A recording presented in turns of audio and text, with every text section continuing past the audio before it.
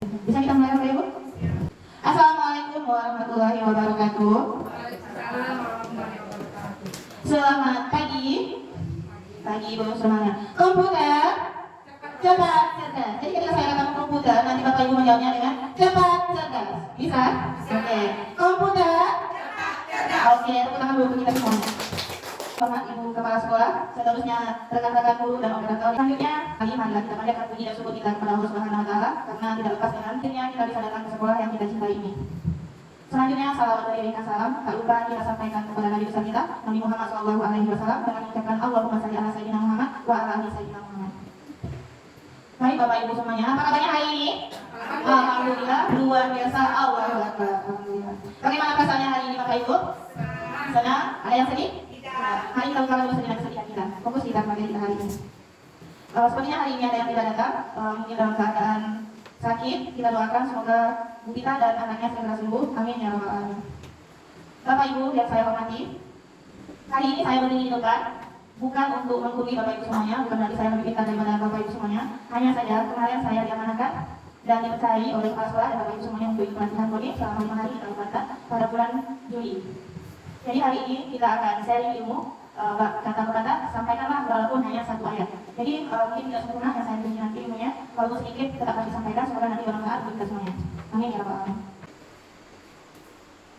Baik Bapak Ibu, adapun materi hari ini yaitu coding dan kecerdasan artifisial.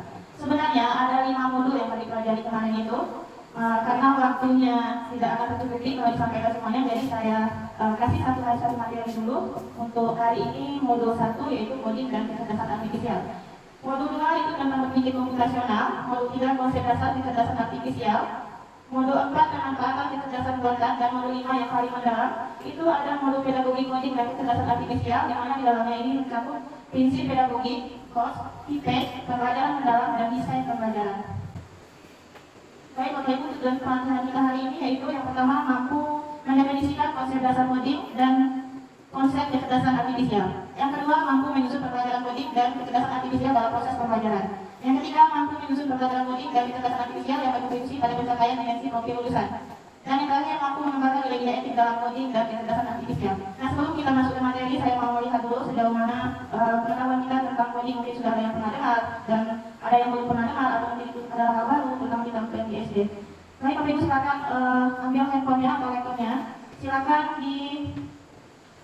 lihat di grup kita, di sana sudah saya kirimkan linknya. Silakan diklik. Kita masuk dulu ke quizzes. Nanti kalau mau tulis silakan yang kodenya di depan ada 204167. Iya, nama kita. Ini diklik, nanti masuk quizzes, masukkan join dengan kode yang ada di depan. Bu Ica sudah bergabung?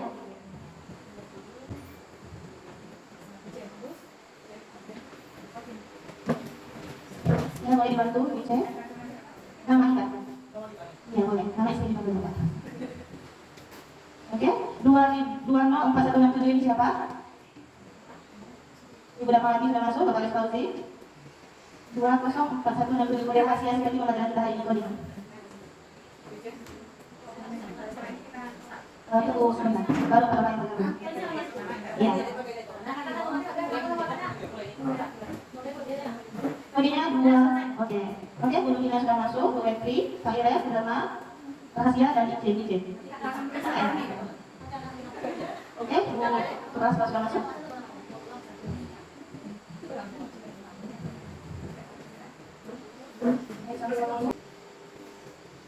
Nah, nanti akan ada pertanyaan-pertanyaan, silahkan diisi objektif dan kami pilih salah satunya. Ya, setahu kita ya.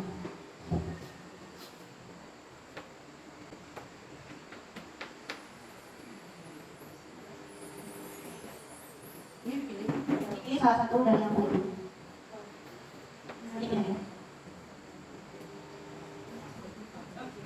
Iya, ini saya memimpin.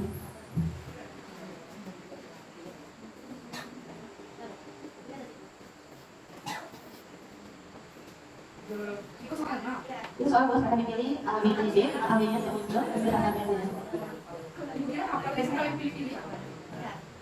tes awal dulu. Boleh kalau perhatiin dia. Kalau nggak mau mana kode kita dulu.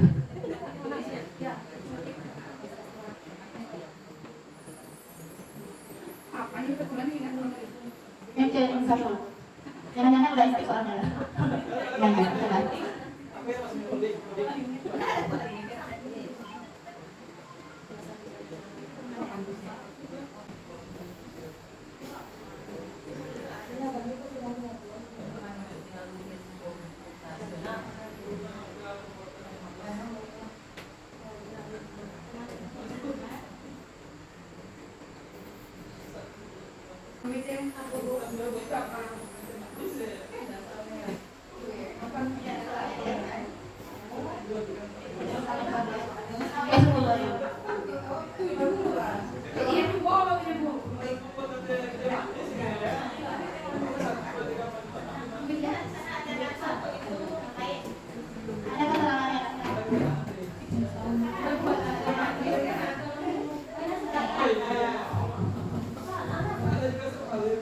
Di pembuatan teh manisnya ada deskripsinya di sana. Yang pertama-tama bagaimana ya kalau di handphone kurang terlihat ya.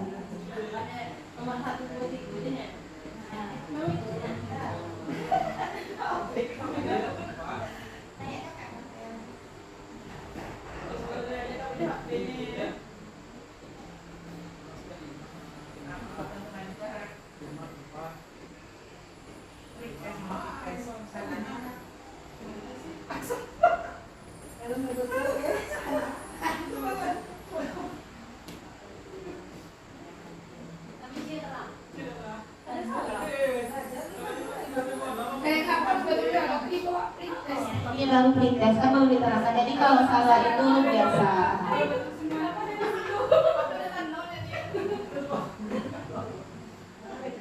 Kan belum ada kita dengar materinya, tapi kita udah tahu, kan hebat.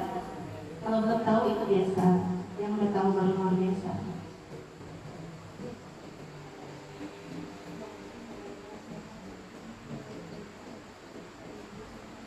Ini kipo nih Bu Yuli. No, padahal udah diisi. Atau sudah selesai? Sudah 10 soal mungkin lah.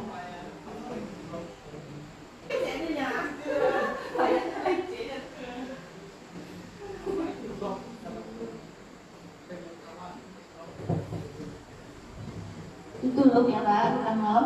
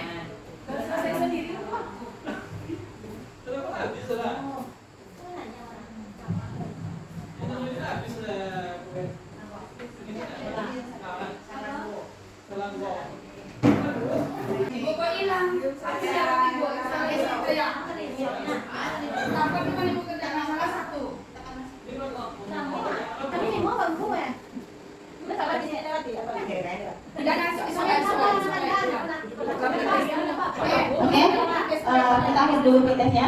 Alhamdulillah tanpa penjelasan materi sudah ada yang betul semua. Ibu-ibu semuanya tahu tidak? Tepuk salut.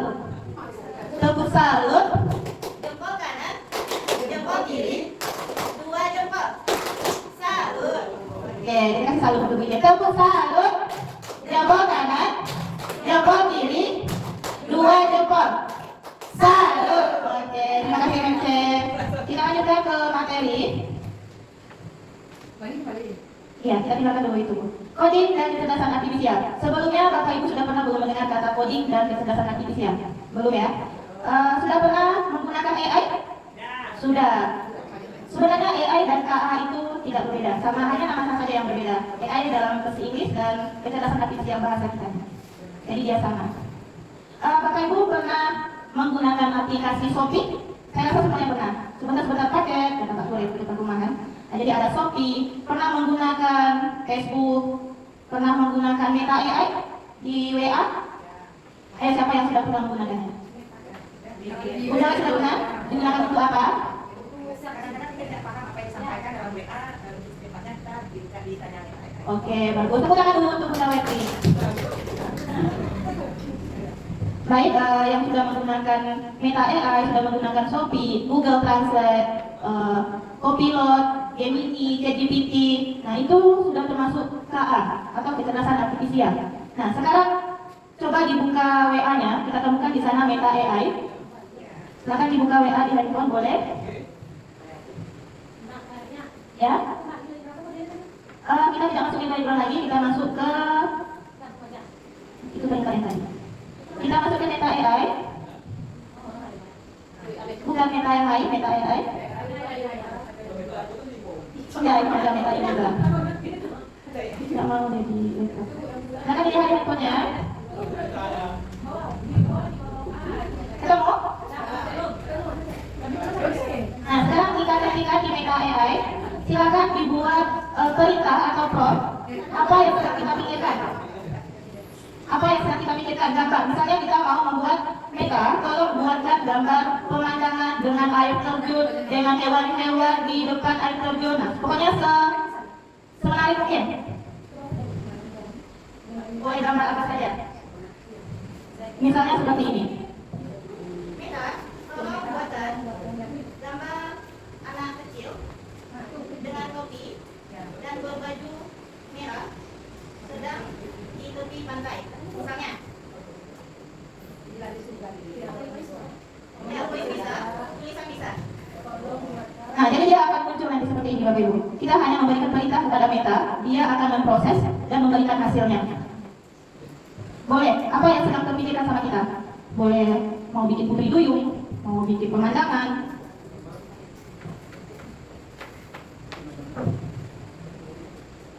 mau bikin pose keluarga, bisa. Nah, yang sudah selesai coba dikirimkan ke grup kita.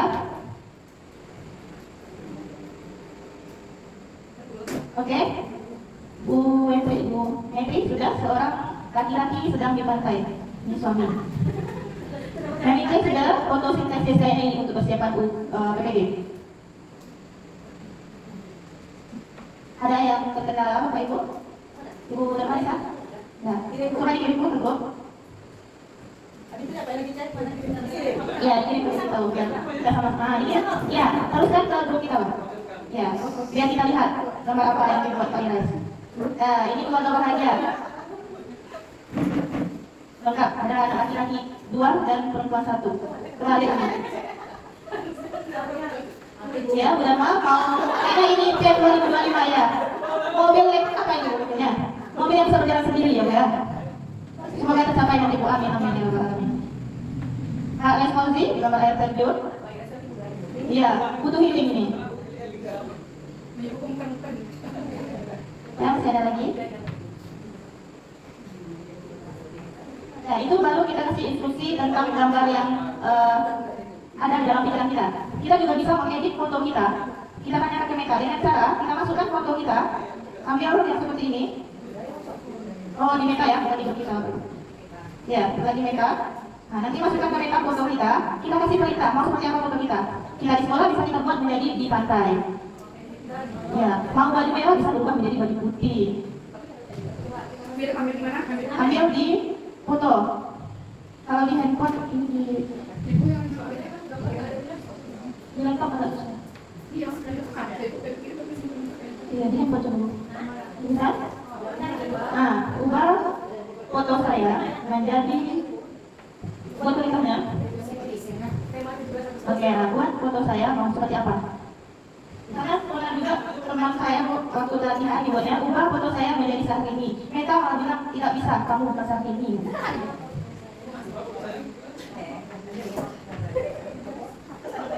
Ya, jadi ke Meta, kasih promnya mau dibuat menjadi seperti apa?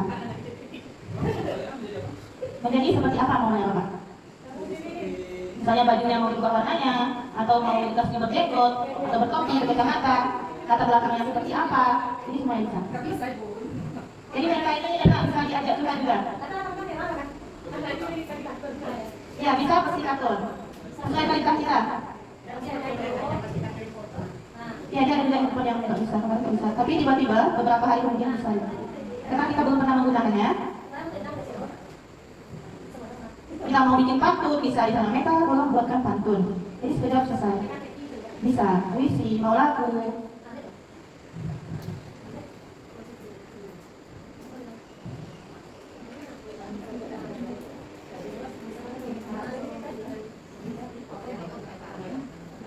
Ada yang sudah berhasil? Nah, coba dikirimkan ke grup. Yang nggak bisa, nggak apa-apa. Kita lihat dulu punya kawan. Yang bisa? Coba dikirimkan seperti apa hasilnya. Oh, ini tadi ya. Oh, belum lihat dulu.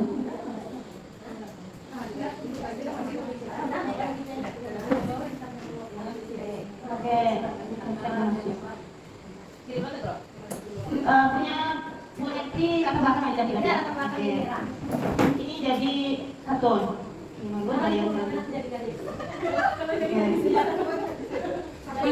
Ini dibantai memang sebenarnya atau kata belakang yang diubah? Oke, bagus. Jadi sebelum dibantai kita lagi sampai bantainya. Ini mau posisi tadi apa namanya singa yang ada di itu Singapura, saya sampai di sana. Mau ke Ka'bah, kan?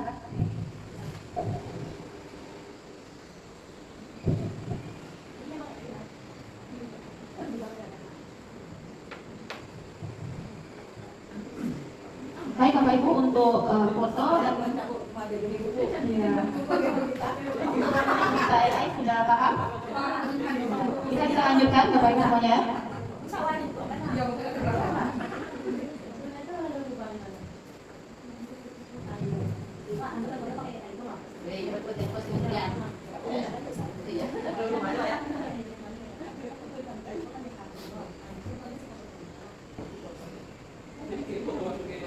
Coba kirimkan ke grup, Bapak, biar tahu. Bikin promnya, mau dia. Ya, jadi ke Meta fotonya, suruh Meta ubah.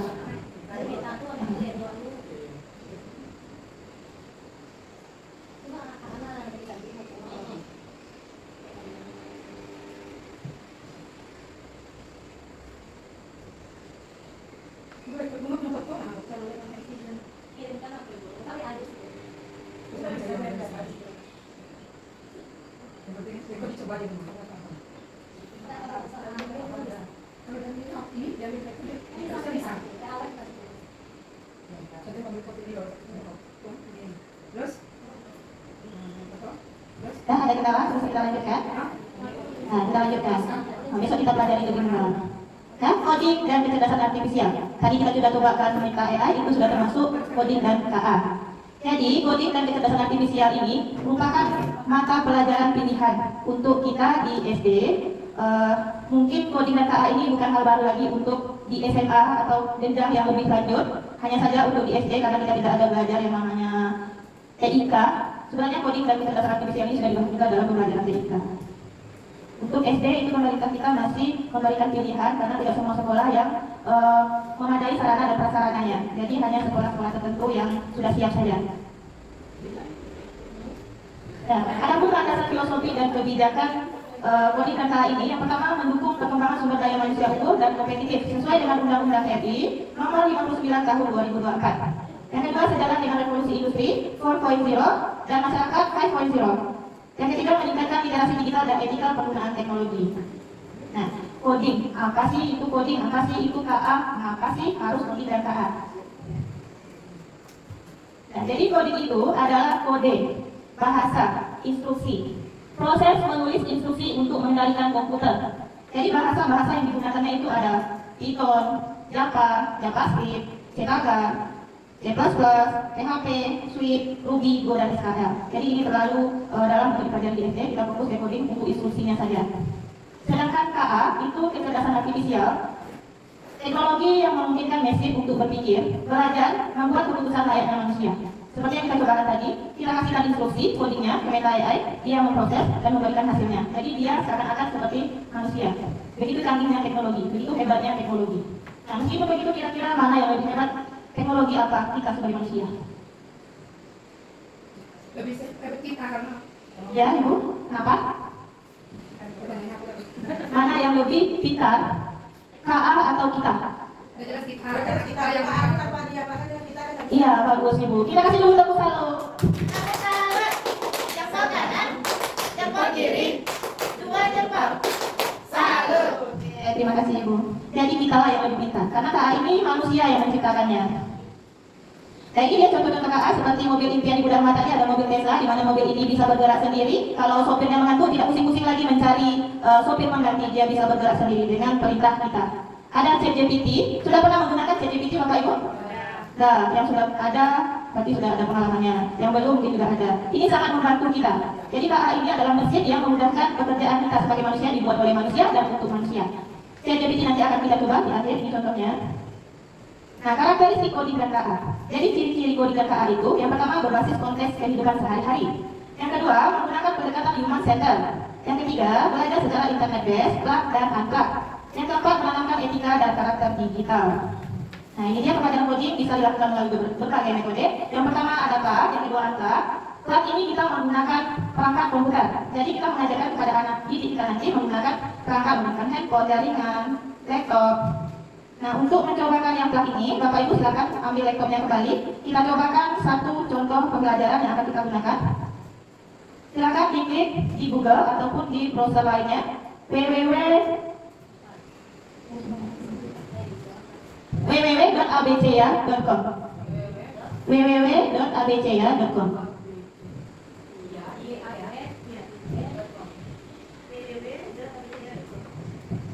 Nah, seperti ini tampilannya. Ada muncul? Ada. Kita ambil yang batch 2. Batch 2. Yang lain seperti apa dia munculnya? www sebentar. ABC ya? ABC ya? YA kecil semua. www ya ABC, C lagi AB tadi. ABC ya YA. Ya YA.com. Ya, tidak, bisa. Ya, itu. Ambil yang batch 2-nya. Kali ini ikut. Ya, ambil yang batch 2 kan? Ada di atasnya. Ada tadi muncul batch 2.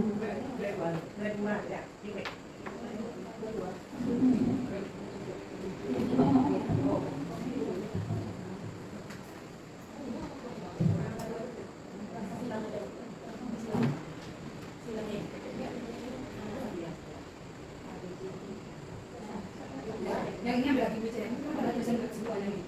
Apa lagi? Mom, ini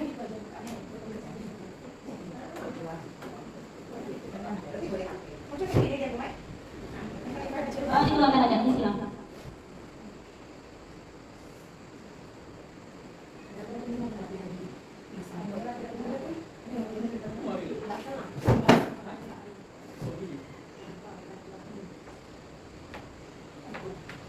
itu suara nama aku sampai jam 7.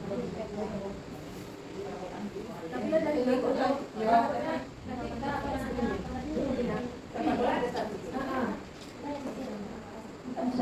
Cuma kalau dipaksa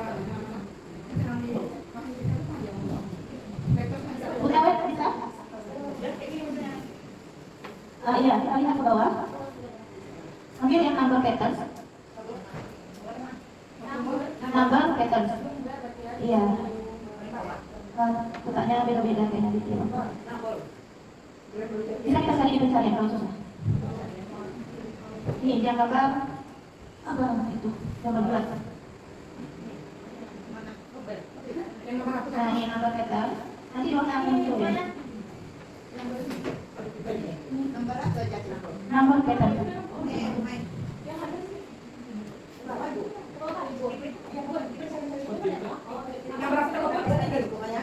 Nomor yang number. Nanti dicari yang seperti ada angka-angka. Ya, dia mobil yang ada kaya. Ya.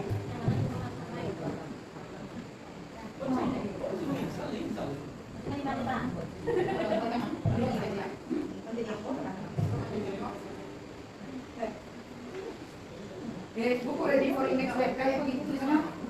Ini Iya, itu ID belajar coding dengan apa ya? gambar selanjutnya gitu. Biasanya apa nih? Terbawa lagi. Habisnya pergi dia buka apa ya? Oh iya. Tidak pas terus.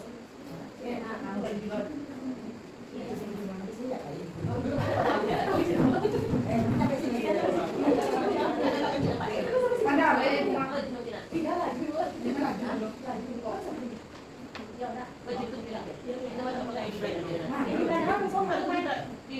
Jadi pakai ID belajar biasanya. Yang mana lagi? Nah, ini untuk ID belajar.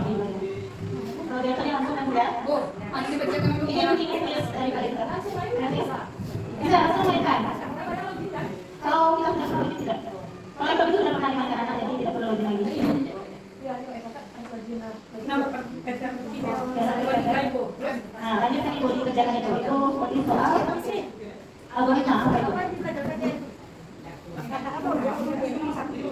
Nah, ini pola. Ini yang praktis. Iya. Nah, kita isi yang titik-titik itu. Apa kira-kira? Biasanya seperti ini ada masuk soal. Untuk isi X sampai ini kira-kira isinya apa? Kalau ini dia akan berjalan. Isinya ada di bawah. Kita tarik naik ke atas.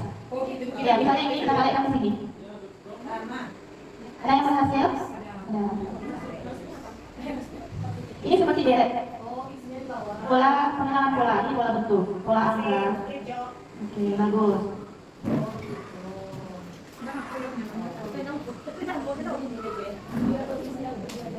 Pakai akun ID brother.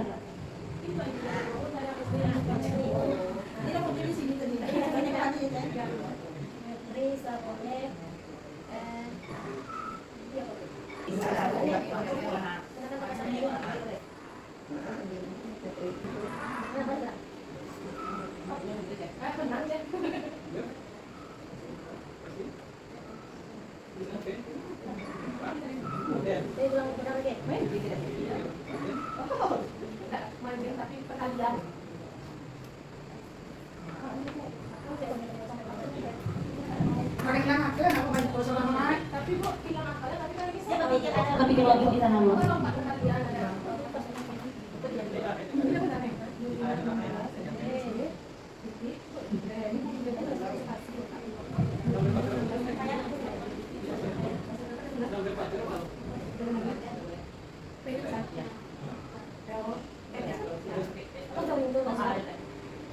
Ada yang bisa di handphone? Masih di handphone?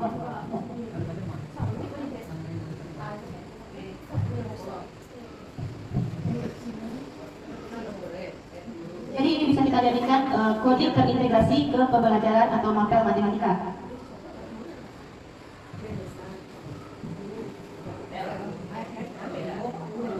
Oke, sudah bisa kita lanjutkan? Bisa. Ini kita keluar. Itu untuk yang plat, maka kita gunakan seperti itu ke siswa kita atau menggunakan yang lain seperti games-games yang lain yang mengedukasi. Sekarang angka bisa kita gunakan dalam bentuk aktivitas kita di kelas. Misalnya ini yang tanpa menggunakan komputer. Misalnya dalam bentuk menemukan jalan ke sekolah. Seperti untuk yang angka bisa kita gunakan misalnya seperti ini. Menemukan jalan untuk si monyet menuju pisang. Kenapa? Bisa. Ini monyet akan bergerak menuju pisang. Anak-anak akan berpikir gimana dia akan melangkah dan menjadi seorang robot. Ada yang memerintahkannya dengan cara berhenti, belok kiri, maju satu langkah, berhenti, belok kanan. Jadi anak-anak akan berpikir bagaimana caranya dia agar si monyet mendapatkan pisang. Nah, ini cara yang angka.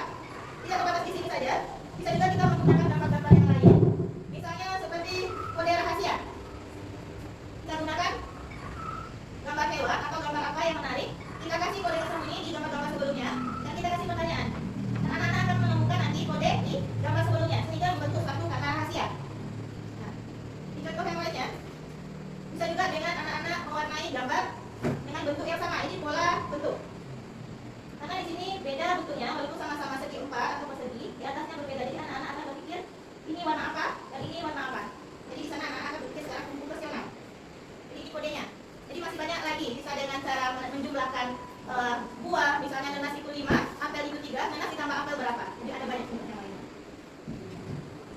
Kira-kira sampai di sini mengerti Bapak Ibu? Ya. Paham Bapak Ibu semuanya? Oke.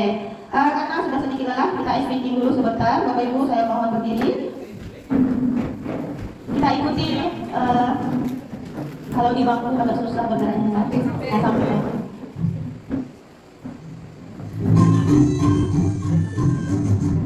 Ayo kawan semua bertepuk tangan sekali lagi, bertepuk tangan. Maju satu langkah, bertepuk tangan sekali lagi, bertepuk tangan. Mundur dua langkah, bertepuk tangan sekali lagi, bertepuk tangan. Putarlah badanmu sambil tertawa, bertepuk tangan. Sekali lagi, bertepuk tangan. Jangan tiga langkah, bertepuk tangan. Sekali lagi, bertepuk tangan. Ke kiri 4 langkah, bertepuk tangan. Sekali lagi, bertepuk tangan. Putarlah badanmu sambil bergoyang, sambil tertawa, bertepuk tangan. Oke, Bapak Ibu semuanya, silakan duduk kembali.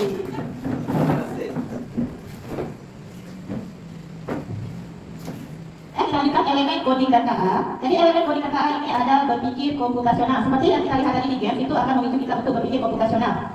Besok akan kita bahas di modul 2, berpikir komputasional itu seperti apa. Yang kedua, literasi digital. Yang ketiga, literasi dan etika kecerdasan artifisial. Yang keempat, pemanfaatan dan pengembangan kecerdasan artifisial. Yang kelima, algoritma pemrograman. Dan keenam, analisis data, itu elemennya. Nah, coding dan kecerdasan artifisial ini memiliki dimensi profil lulusan. Ada 8 dimensi profil lulusannya. Yang pertama, keimanan dan ketakwaan terhadap Tuhan Yang Maha Esa. Yang kedua, kewarganegaraan. Yang ketiga, penalaran kritis, kreativitas, kolaborasi, kemandirian, kesehatan, dan komunikasi. Jadi ada 8 dia. Nah, posisi mata pelajaran coding dan KA. Mata pelajaran coding dan KA ini merupakan pilihan dari kelas 5 hingga kelas 12 yang diselenggarakan oleh sekolah yang memiliki kapasitas baik dari sisi infrastruktur maupun pengajar yang mencukupi. Literasi dan etika coding dan kecerdasan artifisial. Literasi kecerdasan artifisial bagi peserta didik sekolah dasar dan menengah mencakup pemahaman fundamental tentang apa itu kecerdasan artifisial, bagaimana KA bekerja, dan bagaimana KA diterapkan dalam kehidupan sehari-hari. Pada tingkat dasar, peserta didik perlu memahami bahwa KA adalah sistem komputer yang dirancang untuk meniru kemampuan kognitif manusia seperti belajar, memecahkan masalah, dan mengambil keputusan. Nah, dalam penggunaan KA ini ada etikanya. Adapun etika kecerdasan artifisial, yang pertama kesadaran akan bias dan ketidakadilan dalam KA. Jadi kita harus mengajarkan kepada anak didik kita etika dalam penggunaan teknologi atau KA. Jangan sampai anak kita salah searching nanti atau salah memberikan informasi. Dibagi-bagikannya akunnya, nanti dihack orang, atau dia yang menghack, atau dibikinnya video yang tidak senonoh. Jadi harus kita arahkan anak-anak kita semuanya. Selanjutnya, privasi data dan keamanan informasi menjadi perhatian utama. Nah, ini dia privasi data tadi, jangan sampai bocor.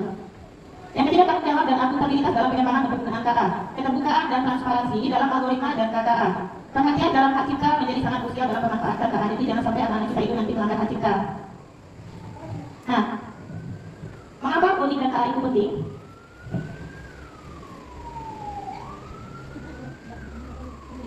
Nah, yang pertama menyiapkan peserta didik menghadapi era digital. Di mana zaman sekarang ini kita berada di era abad ke-21, di mana teknologi semakin canggih, digital itu semakin canggih. Jadi pemerintah mengadakan coding dan KA sebagai mata pelajaran itu agar anak-anak didik kita itu nanti tidak ketinggalan.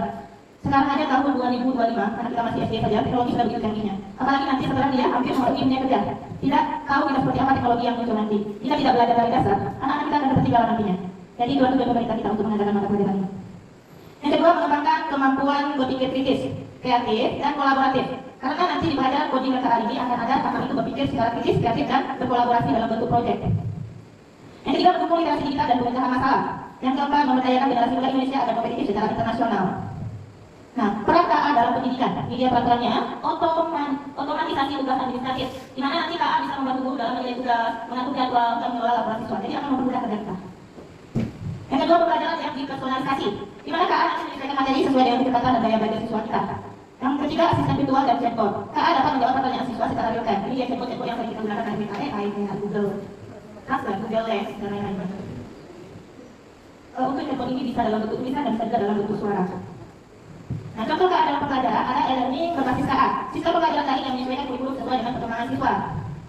KA dalam evaluasi dan penilaian, analisis performa siswa secara otomatis. KA dapat memberikan umpan balik instan. Yang kedua, deteksi plagiarisme. KA membantu mendeteksi kecurangan akademik.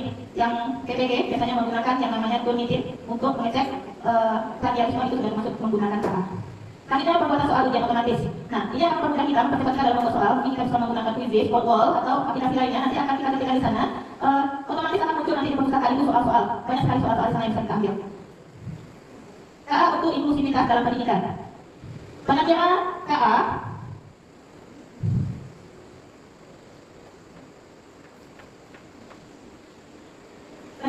untuk bahasa isyarat, jadi bisa digunakan untuk anak-anak siswa kita yang inklusif. Bisa membantu siswa yang berkebutuhan khusus. Misalnya dia tidak bisa berbicara, tapi dia bisa menuliskan instruksinya. Atau yang tidak bisa menulis, dia dengan cara berbicara. Text to speech and speech to text. Memudahkan siswa dengan disabilitas dalam memahami materi. Yang terakhir untuk disleksia, membantu siswa dengan kesulitan membaca dan menulis. Jadi ini sangat membantu sekali untuk siswa kita, tapi harus kita kasih tahu pada siswa kita jangan selalu menggunakan KA. Nanti sedikit-sedikit kita kasih soal cek tanya kita, karena KA itu juga memiliki keterbatasan, tidak selalu benar. Itu juga kita harus cek lagi setelah bertanya kepada KA. Manfaat KA dalam dunia pendidikan, meningkatkan keterlibatan siswa. KA membuat pembelajaran lebih menarik dan interaktif. Tadi sepertinya ada games, dan anak-anak lebih tertarik. Selanjutnya akses pendidikan yang lebih luas. KA memungkinkan pembelajaran di mana saja dan kapan saja. Misalnya seperti kemarin kita lagi COVID, itu sebenarnya bisa kita manfaatkan KA, belajar daring. Pemanfaatan dan pengembangan KA. Di sekolah dasar, fokusnya adalah pada pengenalan konsep KA yang sederhana dan aplikatif serta membangun minat tentang KA. Contoh pemanfaatan KA, aplikasi pengenalan gambar untuk belajar tentang objek dan makhluk hidup, serta permainan edukatif yang memanfaatkan KA untuk memberikan umpan balik dan personalisasi pembelajaran. Nah, hal ini mampu menumbuhkan rasa ingin tahu dan pemahaman tentang cara kerja KA secara fundamental. Integrasi KA dalam pendidikan harus memperhatikan aspek pedagogi yang tepat, pembelajaran PBL, berbasis proyek, permainan, game-based learning, dan pendekatan inquiry learning merupakan pendekatan yang efektif untuk melibatkan peserta didik secara aktif dan proses pembelajaran serta memahami kecerdasan artifisial dengan lebih mendalam. Kolaborasi dan partisipasi peserta didik dalam proyek pengembangan KA juga penting untuk menumbuhkan kreativitas, kerjasama, dan pemecahan masalah. Nah, ini beberapa teknologi KA yang saya kenalkan kepada peserta didik kita. Yang pertama ada asisten suara seperti Google Assistant, ada nanti aplikasinya bernama Siri, Alexa. Nah, ini bisa untuk memberikan informasi tentang cuaca, misalnya apakah hari ini akan turun hujan, nanti akan menjawab. Selanjutnya ada aplikasi pengenalan gambar, mengidentifikasi objek wajah dan pola dalam gambar atau video. Nah, ada juga dalam dunia medis namanya Signal X dan MRI itu untuk mendeteksi masalah kesehatan. Analisis data, misalnya menggunakan platform digital, baik ke YouTube, Amazon ataupun Netflix. Selanjutnya ada KA generatif. Nah, di sini mencakup LLM dan menggunakan KA untuk membuat inspirasi dan untuk sebuah insight. Jadi kita bisa menggunakan KA, nanti ada dalam bentuk sketch juga. Bisa kita di sana membuat dongeng misalnya. Nanti akan kita buat dalam bentuk gambar bergerak. Dan ada juga aplikasi yang hanya menggunakan speech atau tulisan. Misalnya kita membuat cerita. Pada suatu hari, ada seorang anak sedang ditinggal orang tuanya misalnya. Nanti setelah kita kasih perintah, dia akan diubah ke dalam bentuk video. Jadi mudah sekarang. Tantangan dan kendala KA dalam pendidikan. Meskipun banyak tadi kelebihan-kelebihan KA itu, tetap juga ada tantangan atau kelemahannya. Yang pertama, keterbatasan akses teknologi. Jadi tidak semua siswa memiliki akses ke perangkat KA. Karena ekonomi tidak sama, jadi juga dengan sekolah-sekolah, sarana dan prasarana itu tidak sama, ada yang memadai dan ada yang tidak.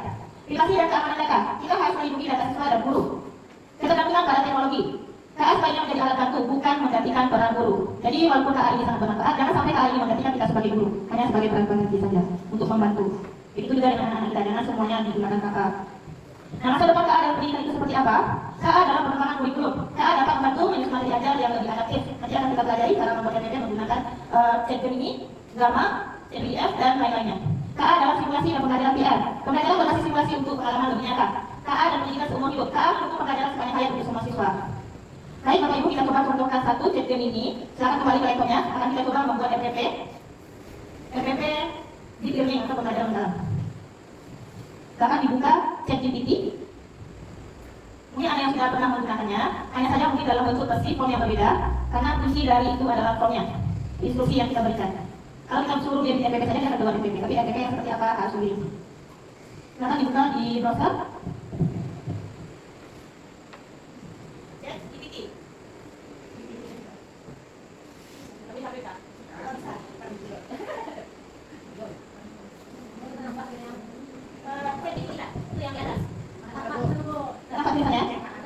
Yang ini apa?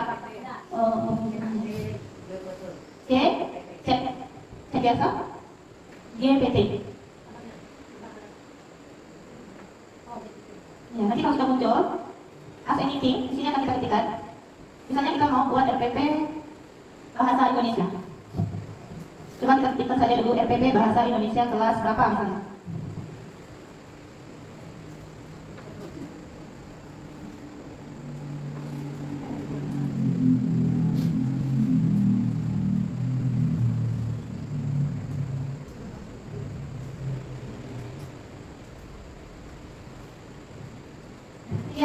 PP-nya.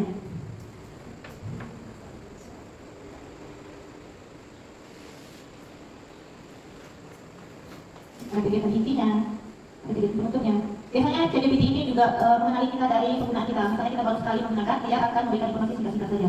Tapi kalau kita sudah sering menggunakannya, maka dia akan terbiasa dengan perintah-perintah yang pernah kita berikan, walaupun dengan prompt yang sedikit tadi, ternyata dia sudah mencakup juga di sini ada soalnya, ada apanya.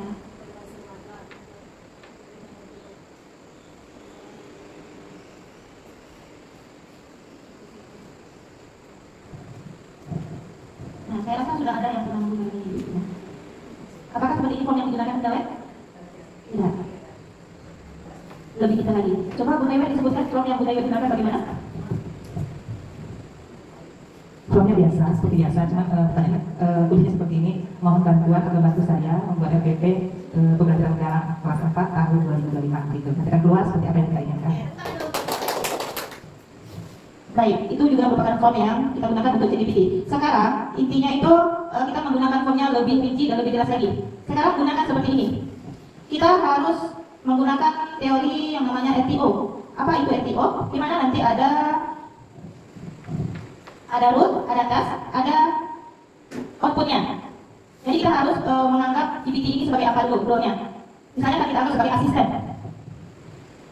Kita sebutkan kepada ChatGPT, kamu adalah guru kelas 5, misalnya.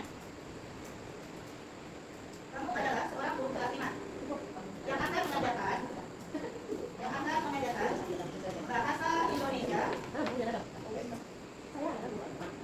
Ya, buat sesuai dengan materi kita besar. Yang akan mengajarkan bahasa Indonesia, sebutkan topiknya. Topik, teks, deskripsi. Buatlah modul ada untuk sekali pertemuan sebanyak 2 kali 35 menit. 2 kali 35 menit yang membahas tentang tes deskripsi saja.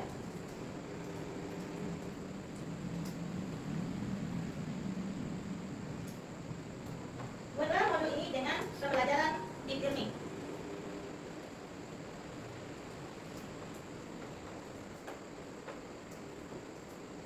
Disertai dengan kuis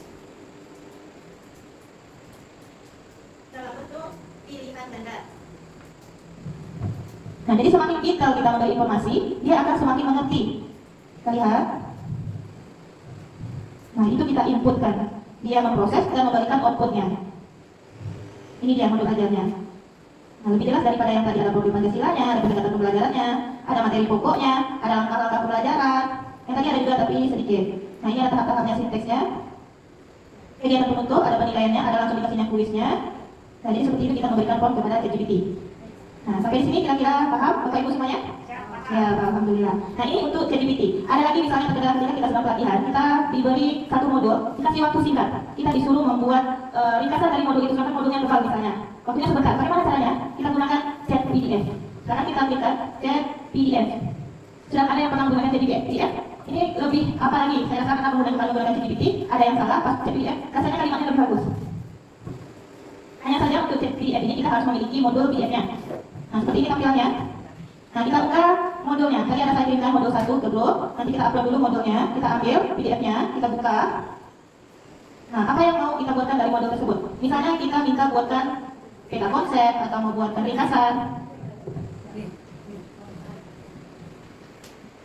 Buatkan ringkasan dari modul ini. Dan PDF-nya. Sama kayak kita memerintahkan robot. Ambil roti, tapi rotinya nggak ada, jadi dia bingung. Roti yang mana yang mau diambil? Jadi harus ada roti.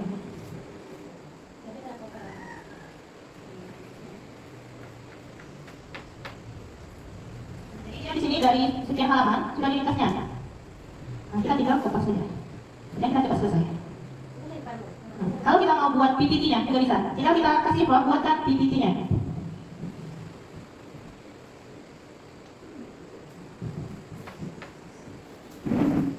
Ini dia dikasihnya materi untuk PPT kita. Hanya saja dia belum berbentuk desain. Kalau di Canva itu desainnya sudah ada, atau template-nya sudah ada. Kalau di sini hanya materinya saja. Ada juga yang langsung dikasih template itu menggunakan Gamma. Sudah ada juga template-nya di sana. Beberapa menit selesai, langsung ada template-nya, tapi bahasanya agak tinggi. Makanya saya sudah coba, tapi rasanya bahasanya kurang dipahami, jadinya buatnya di Canva. Nah, sampai di sini kira-kira Bapak Ibu paham? Ya. Untuk menggunakan Canva sudah pernah? Sudah bisa menggunakan animasi-animasi juga? Berarti untuk membuat poin-poin yang seperti ini sudah bisa berarti ya? Ya, bisa. Bisa, alhamdulillah. Jadi tidak perlu lagi diterangkan berarti ya? Perlu diterangkan? Perlu. Oke, sekarang kita buka Canva.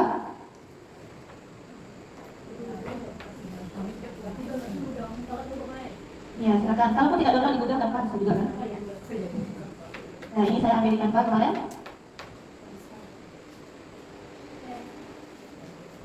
Misalnya MC mau membuat PPT tentang apa? Tumbuhan. Bagian tumbuhan.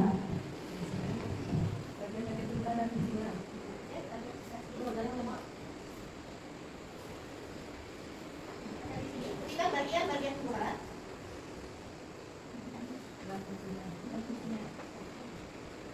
Nah, di sini langsung ada. Kita pilih mau yang mana. Misalnya yang ini tadi ada nih. Langsung ada template. Langsung juga ada materinya. Hanya saja harus kita baca sesuai dengan pembelajaran kita. Bisa kita tambahkan. Bisa kita edit yang ini. Kita tambahkan lagi.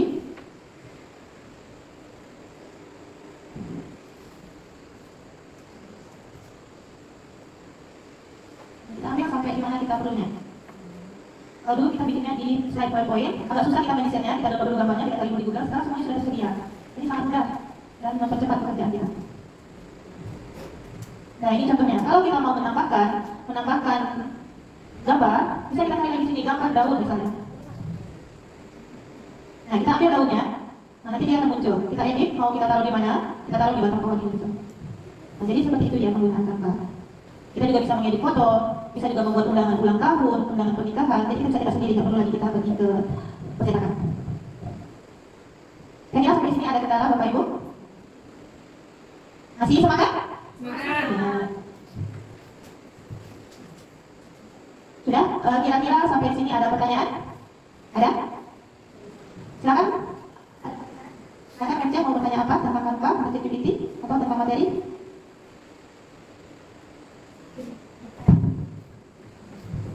Assalamualaikum warahmatullahi wabarakatuh. Waalaikumsalam warahmatullahi wabarakatuh. Di sini saya akan bertanya, ada dua sebenarnya. Nah, yang pertama itu, apakah coding ini dan pemrograman itu sama? Yang kedua, penerapannya itu di mapel tertentu atau bisa di semua mata pelajaran? Terima kasih. Ada lagi Bapak Ibu pertanyaan?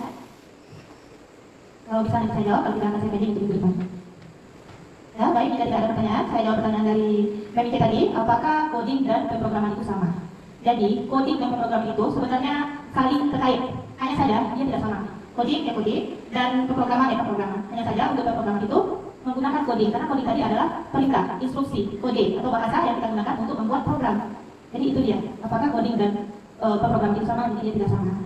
Dan pertanyaan yang kedua tadi, apakah pembelajaran coding dan ini bisa digunakan untuk semua pelajaran atau hanya pelajaran tertentu saja? Baik, sebenarnya pembelajaran coding dan ini bisa dijadikan mata pelajaran tersendiri dan bisa terintegrasi ke semua mata pelajaran. Misalnya matematika tadi, bisa kita gunakan pola. Ke bahasa Indonesia, bisa kita gunakan tes deskripsi dengan menggunakan KA, menggunakan Word misalnya. Misalnya sudah ada materi-materi untuk tes deskripsi. Misalnya mau buat cerita, menggunakan sketch. Nanti kita akan buat ceritanya, gambar apa, atau belakangnya bagaimana, bergeraknya bagaimana, dan mengikuti perintah cerita. Soal akan kita pelajari nanti. Next, bukan hari ini. Nah, untuk bahasa Inggris juga bisa. Untuk agama, jadi semua mata pelajaran bisa terintegrasi menggunakan coding dan KA. Nah, itu jawabannya ya, Miss. Ada lagi pertanyaan Bapak Ibu semuanya? Tidak. Oke, alhamdulillah sudah paham tadi ya. Masih semangat? Masih. Kalau masih semangat, saya mau cek dulu fokusnya. Silakan Bapak Ibu, saya mohon berdiri dulu semuanya. Kita akan bermain Udin berkata. Cluenya hanya dilaksanakan ketika ada kata Udin berkata. Bisa dipahami? Ya. Udin berkata, angkat tangan kiri. Angkat tangan kanan. Berarti ada yang tidak fokus karena Udinnya tidak berkata. Ya, kita ulang lagi. Udin berkata, silakan duduk kembali. Masih ada Udinnya, belum fokus. Udin berkata, silakan angkat tangan kanan. Turunkan. Ada yang turun tangannya, masih belum fokus. Karena Udin tidak berkata. Udin berkata, silakan pegang kepala. Udin berkata, silakan pegang telinga. Cubit. Oke, tidak ada yang cubit. Oke, tepuk tangan kita semuanya. Baik, jika tidak ada pertanyaan lagi, kita akhiri sesi pertemuan kita hari ini. Kita simpulkan dulu pembelajaran kita hari ini. Nah, bagaimana perasaannya Bapak Ibu semuanya? Senang. Ada pembelajaran yang bisa diambil? Bisa. Boleh saya tahu apa saja yang Bunda dapat dari pembelajaran hari ini? Yang pasti EA atau kecerdasan artifisial sangat membantu kita sebagai guru untuk memperkerjakan atau mengerjakan administrasi dan pembuatan modul ajar kita. Gitu Bu. Tepuk tangan dulu yang meriah untuk Bunda Wetri. Oke, kira-kira siapa lagi yang bisa memberikan apa saja materi yang dapat hari ini? Ibu bisa Bu, apa yang dapat hari ini? Terima kasih. Kalau menurut Ibu, materi yang Ibu dapat pada pagi hari ini sangat banyak. Yang pertama, yang selama ini Ibu tidak tahu apa itu coding, pada hari ini dengan penyampaian dengan Ibu sudah tahu. Dan yang keduanya di sini Ibu bukan merasa mendapat apa namanya itu, merasa masih harus belajar lagi. Rupanya seorang guru ini harus dituntut ya seperti apa dalam proses pelajaran yang harus kita butuhkan. Rupanya dengan adanya coding ini itu bisa mempermudah. Tapi Ibu akan berusaha belajar dan berharap kepada Ibu sendiri untuk membimbing kami ke arah yang lebih baiknya lagi. Terima kasih Bu. Baik, alhamdulillah luar biasa sekali untuk hari ini.